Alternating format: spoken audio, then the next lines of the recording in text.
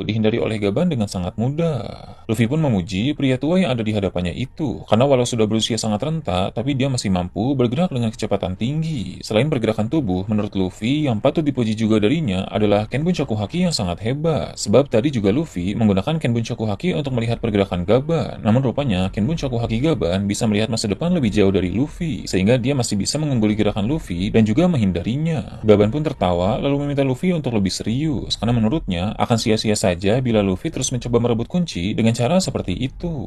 Mendengar perkataan Gaban membuat Luffy bersemangat untuk berusaha lebih keras. Dia bilang pria tua itu harus bersiap-siap. Gaban pun menyandarkan kunci Loki itu di dinding ruang harta kastil Aurus. Lalu dia berdiri di depan kunci tersebut. Jadi sekarang Gaban tidak lagi membawa kunci Loki itu untuk menghindari Luffy, melainkan dia akan melindungi kunci itu dengan menghadapi serangan Luffy secara langsung. Gaban memprovokasi Luffy dengan bilang mendekat kemari kalau berani. Dengan cepat, Luffy melompat dan memakai teknik Red Rock seperti yang Luffy gunakan saat menghajar Kaido di Wano kemarin. Melihat itu, membuat Nami yang sedang menonton mereka berkata bahwa Luffy terlalu berlebihan. Tapi Zoro bilang itu tidak berlebihan, karena dia juga merasakan bahwa pria tua itu bukan orang biasa. Saat Luffy melancarkan Red Rock kepada Gaban, Gaban mampu menangkis serangan tersebut sekaligus membuat Luffy terpental. Hal itu membuat Nami terkejut dan menyadari bahwa kekuatan Gaban memang luar biasa. Rod pun bilang itu tidak mengherankan, karena Yasan merupakan sosok legenda yang dikenal dunia sebagai Skopper Gaban, salah satu kru terkuat Roger bersama dengan Rayleigh. Rod menjelaskan bahwa orang ini disebut sebagai tangan kiri dari Raja Bajak Laut. Pada masa lalu, ada begitu banyak kisah menakjubkan tentang Skopper Gaban ini, sehingga walau sudah tua, kemampuannya masih tetap hebat. Zoro pun berkata, jadi kakek tua ini kurang lebih setara dengan Rayleigh. Pantas saja Luffy sampai kerepotan hanya untuk merebut kunci. Zoro juga sebenarnya ingin mengetes kemampuan dari kakek tua itu, tapi Zoro menghormati Luffy dan membiarkan Luffy yang merebut kunci itu saja. Meski Zoro adalah orang yang sangat tertarik dengan orang-orang kuat, tapi jika itu menyangkut kaptennya, maka dia akan mempersilahkan kaptennya terlebih dahulu. Zoro benar-benar sangat menghormati Luffy sebagai kapten. Usai tadi Luffy dipentalkan oleh Gaban, Luffy berubah ke dalam mode Gear Force Snakeman. Gaban yang melihatnya pun bilang bahwa itu merupakan bentuk perubahan yang menarik, tapi Gaban yakin kemampuan itu masih belum cukup untuk merebut kunci tersebut. Luffy lalu menerjang ke arah sang legenda itu dan melancarkan tinju King Cobra, lalu disambut juga oleh tinju dari Skopper Gaban, sehingga pukulan berlapis haki mereka berdua saling beradu di sana. Terlihat ada pancaran Hoshoku Haki yang sangat besar, yang menandakan bahwa Skopper Gaban juga memiliki Hoshoku Haki. Jadi trio Roger, Rayleigh, dan Gaban semuanya memiliki tempat yang jauh dari sana. Ditampilkan pulau manusia ikan. Di tempat itu ada Rayleigh yang sedang minum bersama dengan Raja Neptune. Melihat Rayleigh ada di sana, artinya sang mantan wakil kapten bajak laut Roger itu akan memasuki dunia baru sekarang ini. Raja Neptune bertanya kemana sebenarnya tujuan dari Rayleigh. Lalu dia menjawab dia akan pergi ke negeri para raksasa. Neptune menanggapinya dengan berkata, dari kabar yang dia ketahui, di sana juga ada bajak laut api jerami. Dia pun bertanya apakah Rayleigh ingin pergi ke Elbaf untuk bertemu dengan Luffy. Rayleigh menjawab tentu dia akan bertemu dengan Luffy di sana, tapi alasan utama kedatangannya ke Pulau Elbaf karena dia dipanggil oleh seorang sahabat lama. Sambil tersenyum, Rayleigh berkata, sudah waktunya bagi para pria tua untuk mulai beraksi kembali. Di sini dapat diketahui bahwa Rayleigh dan Gaban akan segera melakukan sesuatu sehingga mereka berdua harus bertemu di Pulau Elbaf.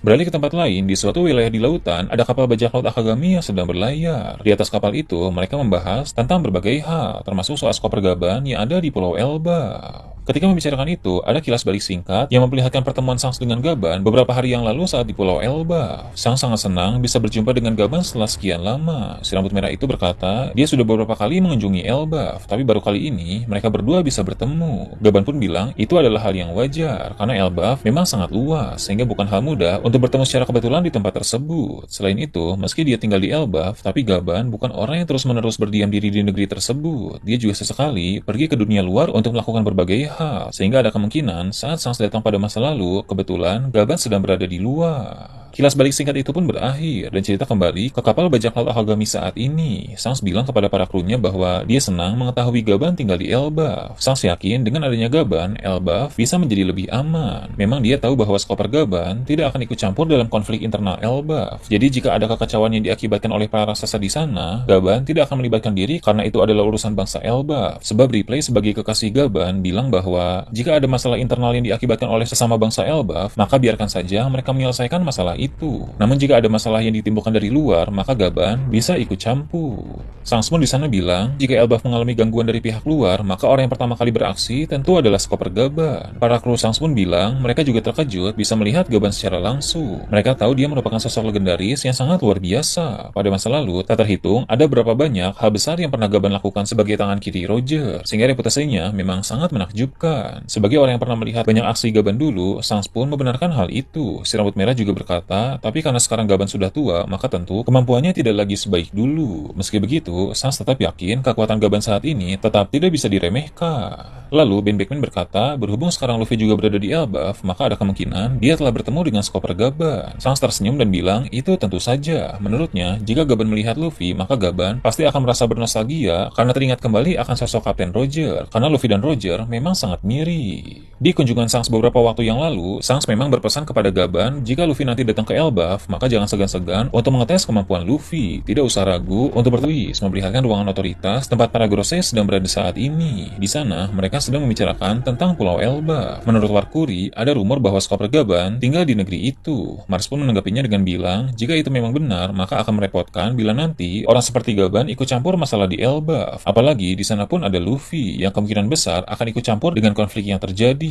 Galing yang mendengar percakapan mereka melalui telepati, bilang mereka bisa percaya saja kepada Shamrock yang sedang bertugas di negeri para raksasa itu, karena Shamrock pasti tahu harus melakukan apa bila terjadi sesuatu. Nusjiro pun bertanya kepada Garling, apakah Garling pernah melihat bagaimana cara Gaban bertarung? Garling pun menjawab tentu saja, karena dulu Gaban juga terlibat dalam insiden Gear Valley sama seperti Garling. Pada saat itu, di awal-awal kerusuhan di Pulau Gear Valley terjadi, dia sempat bentrok dengan Gaban. Menurut Garling, jika pertarungannya melawan Gaban diteruskan, Garling yakin bisa menang darinya. Hanya saja pertarungan itu harus terhenti karena bajak laut Rocks yang mulai mengacau. Pada saat itu, Shirohige tiba-tiba menyerang Garling, sedangkan Lin Lin tiba-tiba menyerang Gaban. Pertarungan pun harus berubah, yang tadinya Garling versus Gaban menjadi Garling versus Shirohige dan Gaban versus Lin Lin.